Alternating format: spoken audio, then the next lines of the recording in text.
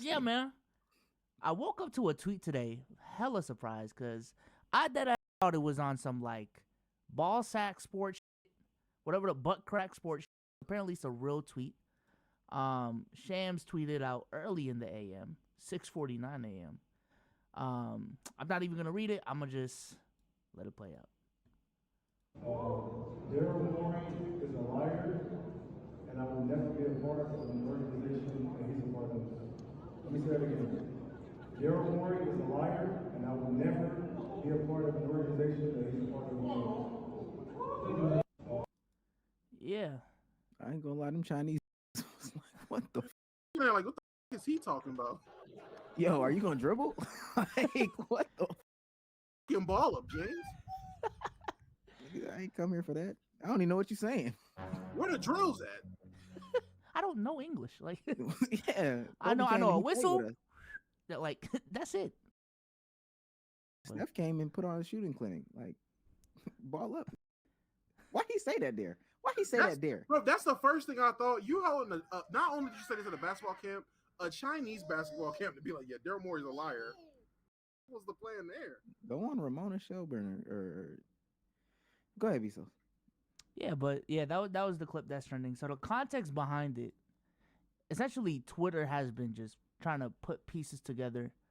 What everyone is saying is that when James Harden signed with the Sixers, he took a pay cut, and it was a wink-wink deal that after the year was over, he was gonna get a max contract if you can just thug it out 1 year, help us out with our salary cap situation, and we'll pay you back.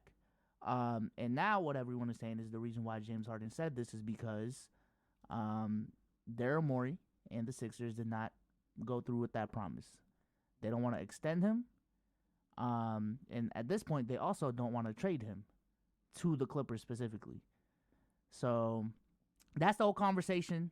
The whole player empowerment conversation. This happening after Dame. The whole Dame situation, and that's not even over. So that's what the timeline's been talking about. You know what I'm saying? The tweet has 32 million fucking views. So, yeah.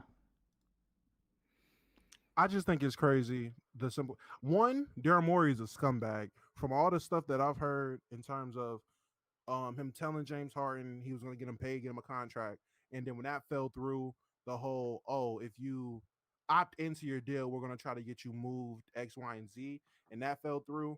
I mean, I get it's a business, but that's still I feel that was a scumbag thing to do. Don't make promises you can't upkeep, especially when shit changes as rapidly as it does in the business of basketball. That's whack. But I'm not on this whole James is right for doing this whole tip.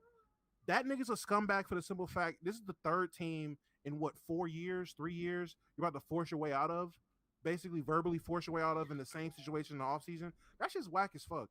I don't know who you're expecting to get a contract from with this type of behavior. The CBA is leave it alone.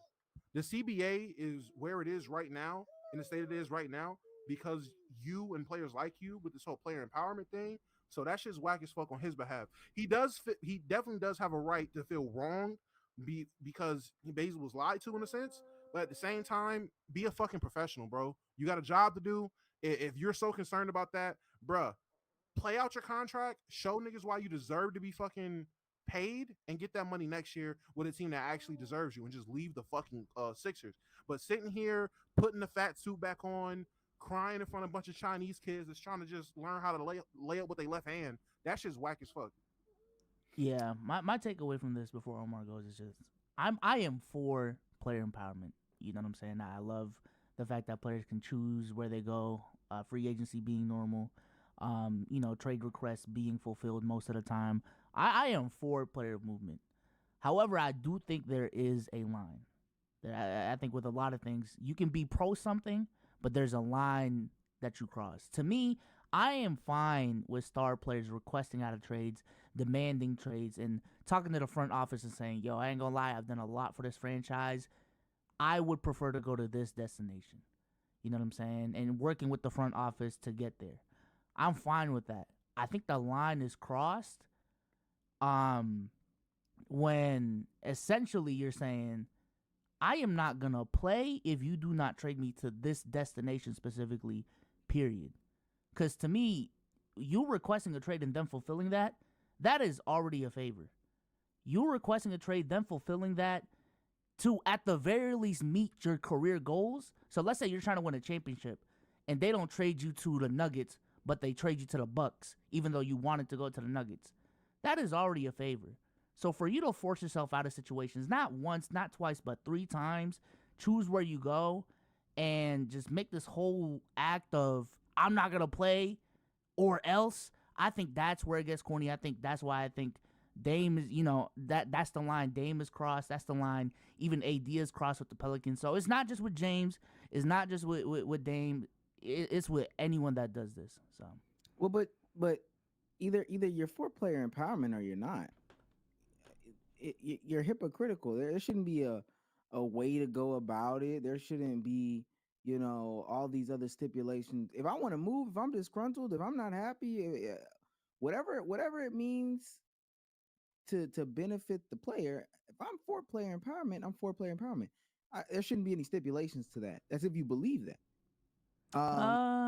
There's I not just player I empowerment to an extent. There can't be an extent or a certain line drawn on player empowerment. Like I could be pro players wanting to leave disgruntled situations, but if you want to leave a disgruntled situation, but now after you sign a contract where you're obligated to play X amount of games or perform whatever obligations you have to this contract, now you're like, okay, well I'm sitting out training camp. I'm not gonna play. I'm gonna let my body deteriorate because I'm not going to this one of 30 teams. I feel like that's kind of pushing it for player empowerment. Player empowerment is just okay. If I want to leave, I should have the right to be able to tell you I want to go, and there we go. That's player empowerment. But dictating exactly where you go, and if you're not in that exact situation, now you're not going to play for this other team that gets you. That's kind of crazy. Is that not crazy? Mm-mm. We're gonna believe in player empowerment in my mind. No holds barred. Hey, whatever you want to do, you do. If Ben Simmons wants to sit, if Harden wants to go, if Kyrie wants to not play, if Trey Young wants to do this, if LeBron wants to do that, it's player empowerment, man. It's player empowerment to me. do you but I'm pretty sure you do, but do you believe in like career mobility and employee empowerment, I guess for lack of a better term? 100%. You should be able to leave wherever you want to leave. Piss on it. The I think the difference in like doing the something like the NBA is that what you do, although you do get you get paid extremely well. You are in such a niche environment that like you really only got what? How many teams are there in the league? 31? 30. 30? Hey, you Yeah. only got 30. You only got 29 other places to go. Right? So if we looking at James Harden and you done fucked up the Houston situation, the Brooklyn situation, and now the Philadelphia situation. I got 27 more places to go, and at some point somebody's gonna catch on. So, yeah, I don't know, man. So what's the point of contracts then? So at Well, this point, that's what I was gonna go to. fuck contracts. So say fuck contracts at that point. Like fuck it. If I sign this paper, fuck the paper, right? I believe that. I also believe fuck the caps, man. The caps don't make no sense. But take it outside the NBA. Let's keep it a buck. We hire an editor, for 5 years. You're gonna be exclusive to us, and let's just assume, because I think if you're a bad employer, there should be things in place for you to leave bad employers. But let's just assume that we're a good employer. How would you feel if on year 2 of that contract, our editor just says, "Yeah, I want out. I'm not editing until, you guys void my contract." If if we're in a free market society, and if I'm misusing that word, they'll kill me in the comments, so it doesn't necessarily matter. If I'm in a free market society, it's the best deal wins, the best thing that I can negotiate for wins, and I should have the ability to, you know, stop shit, start shit whenever I want to. That's if people want this specific thing. I'm not even necessarily saying I'm in favor, but this is the path that we've already walked down. This is what what's his name from last week? Damn, what's my nigga name? Brent Berry? It's Brent Berry's dad. Wow, I'm drawing a blank. Yeah, Berry. Rick Barry. I can't believe I drew a blank on that. Rick Barry's dad. That's what he's talking about. You give all these folks these money, you let them run wild like this. This is what's gonna happen, man.